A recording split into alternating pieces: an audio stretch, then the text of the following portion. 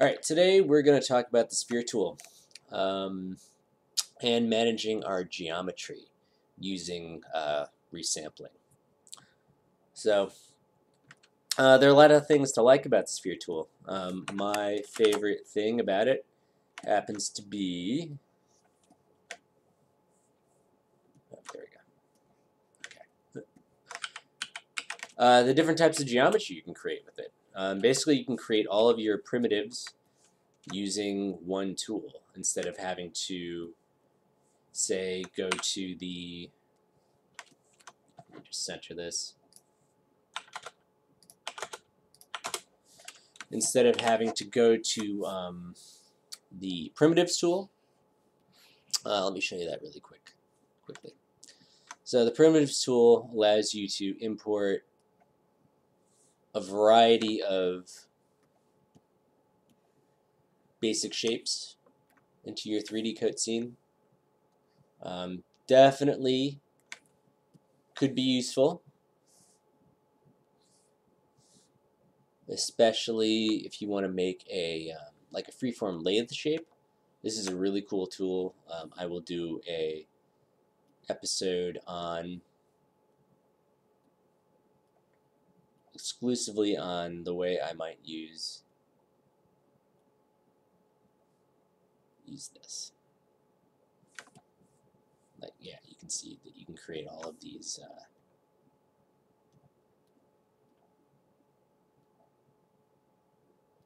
kind of wonderful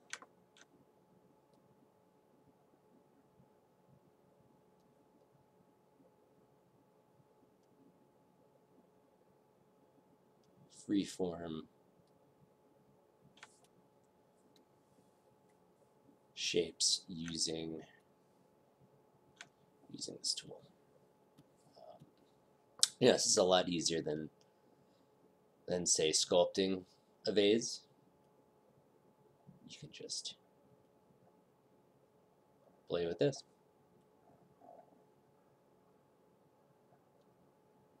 Yeah, super useful. All right, but that's really the only thing I would use the primitives tool for.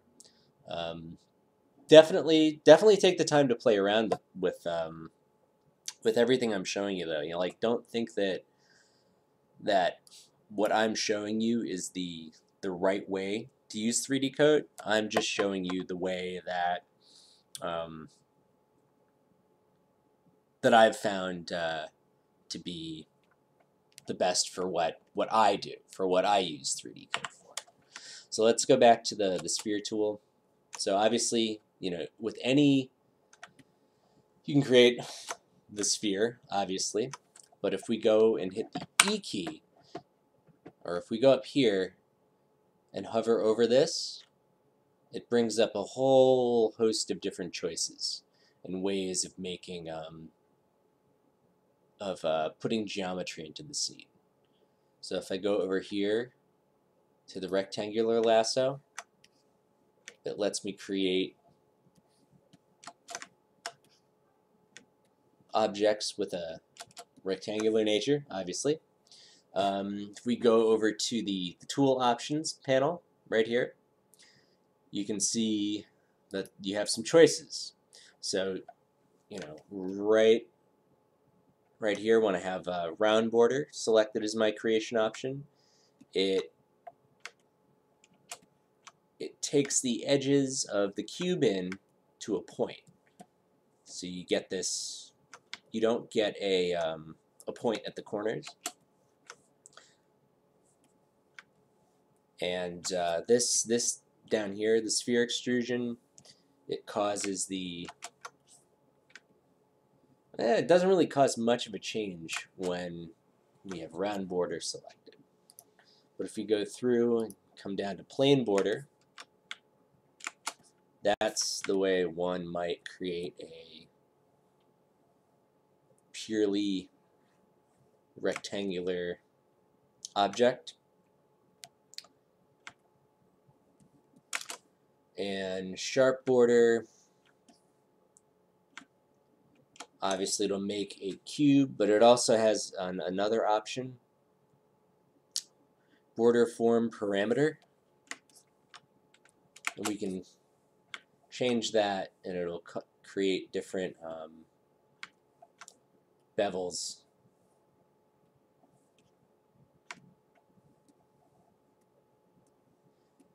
So this tool, this option, sharp border with border form parameter, it's a mix between the round border and the plain border. Like that's all it is.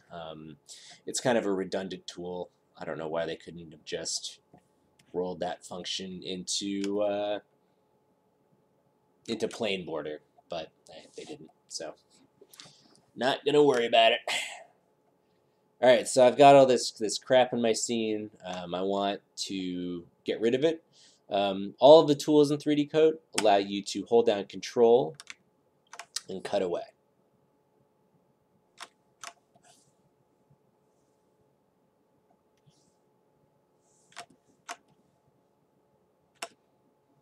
So Control,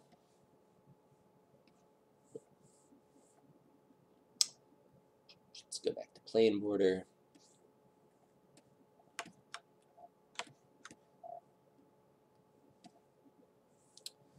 What the crap is happening now? Let's just start anew. I'm also not editing these, so you can see that even when you kind of know what you're doing, sometimes things don't work, and you can't really get too caught up in worrying about why they don't. You just close it. Well, you save your work if you've got anything you like. You close it and you just open it up again. Sometimes that's rather than trying to figure out what's going wrong, that's the fastest way to get to a solution. Let's see.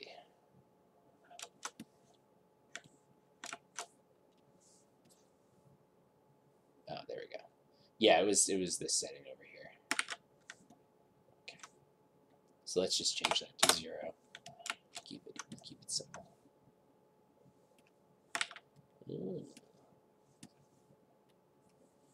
Let's turn it to -2.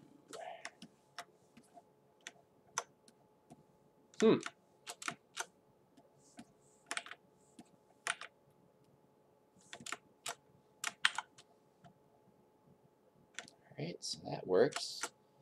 R. Why doesn't R work?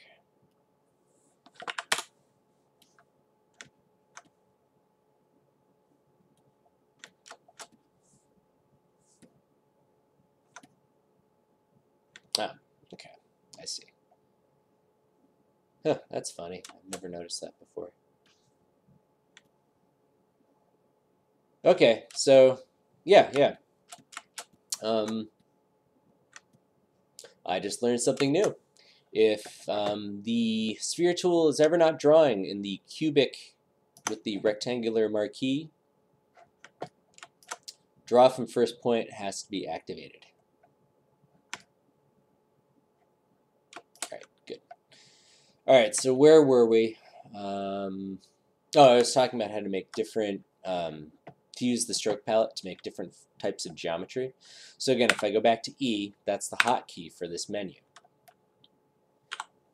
You can see different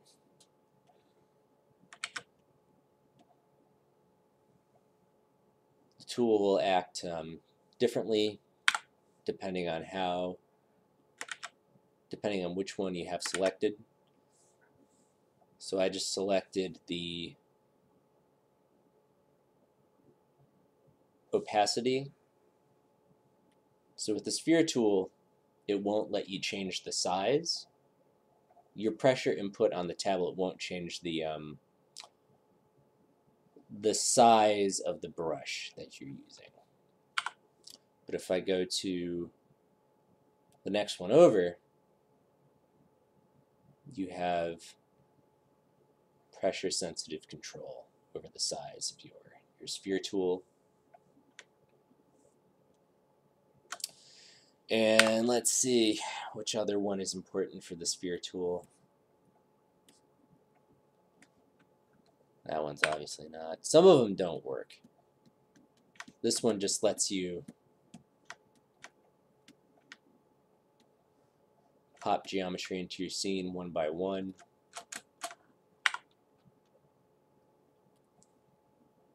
That one lets you make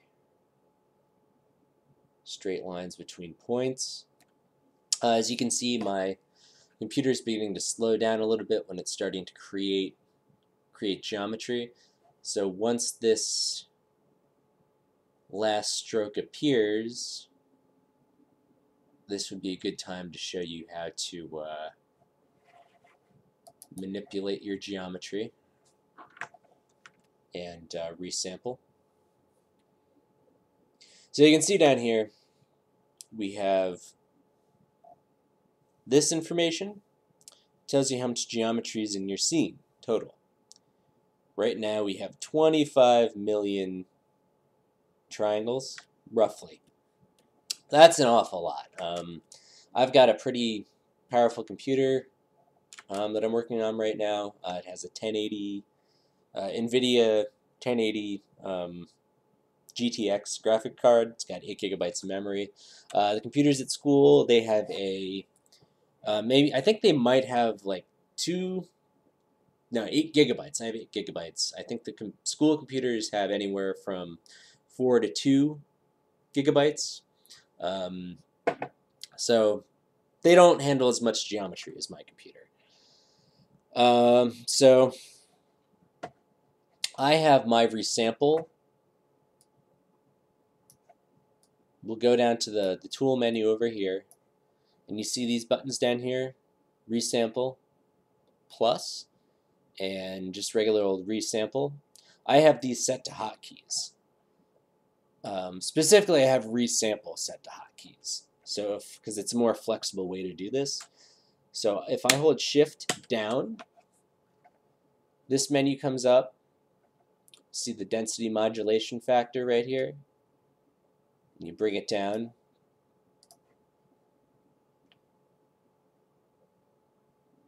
Usually it takes a few seconds, especially if you have a scene that's as heavy as this. Yeah, okay. And if I come in a little bit closer and I turn on my wireframe, you can see that the geometry's been greatly reduced. You can look down here and you can see that it went from 25 million to 1.5 million. And we can go back to the sphere tool and we should have, yeah, much better performance. So if things ever start to get really slow in your scene, if things are taking a long time to draw, you probably want to resample your scene downward.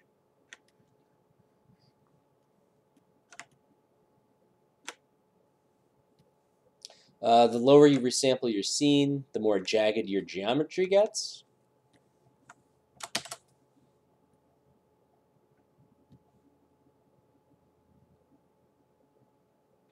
See, it gets sloppier on the corners.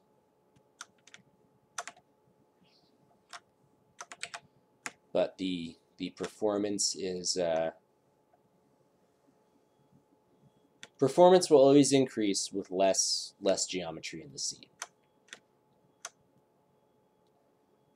which means that when you start out a project, you always want to have a smaller amount of geometry, and as you need more geometry, as your forms get more complex, then you can start to bump up the resolution bit by bit.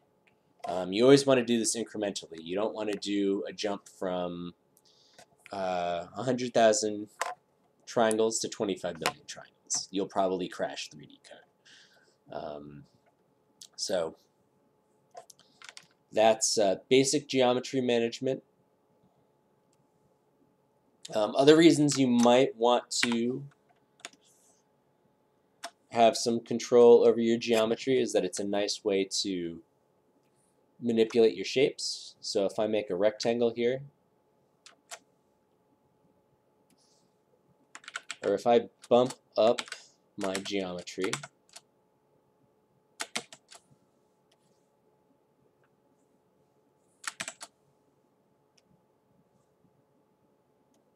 say to 100,000, I slice off my edges to make them sharp.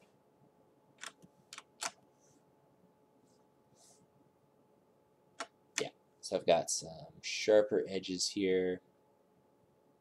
Let's say I want to put a nice round corner on all of these edges.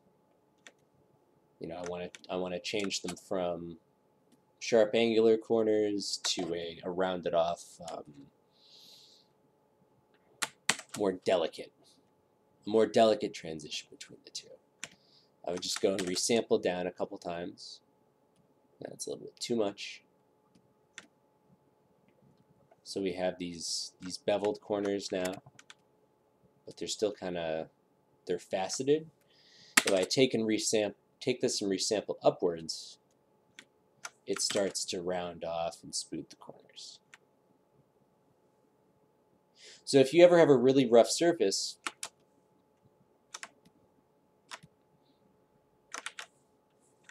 you can always smooth it out by changing the geometry count. You know, so when you're sculpting, you don't have to be super worried about some of the lumps and bumps in your surface. So if I go to a new file, do some voxel sculpting, and you know, I've sculpted a few dragons in class, and you'll see that when I'm blocking out the profiles, I'm not that worried about making a nice clean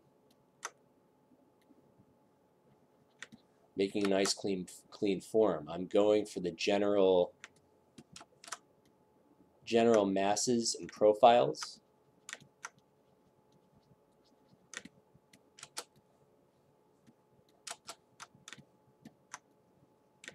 of the object. Now make sure everything's filled in. Maybe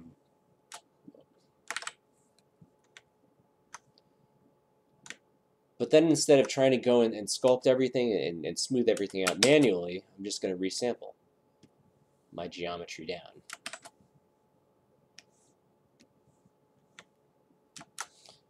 Go to Geometry, Smooth All.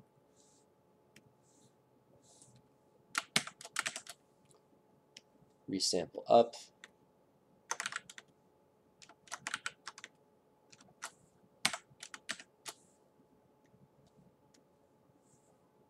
In increments.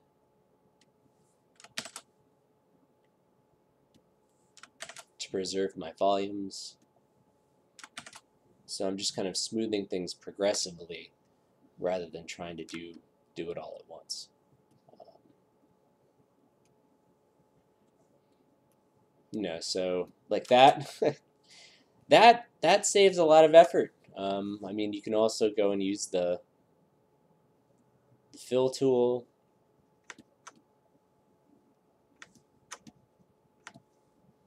At different points. So like, let's say, you know, you don't like how that, let's say you sample it up and you decide you don't like how it's not smooth enough for you. Before you resample, you can come in, use your fill tool, maybe smooth things out a little bit with the low opacity. Give the geometry one more smoothing, and then start incrementally resampling as you go. Maybe hit it with the fill tool one more time. And you can do this until you get a nice, smooth, consistent shape.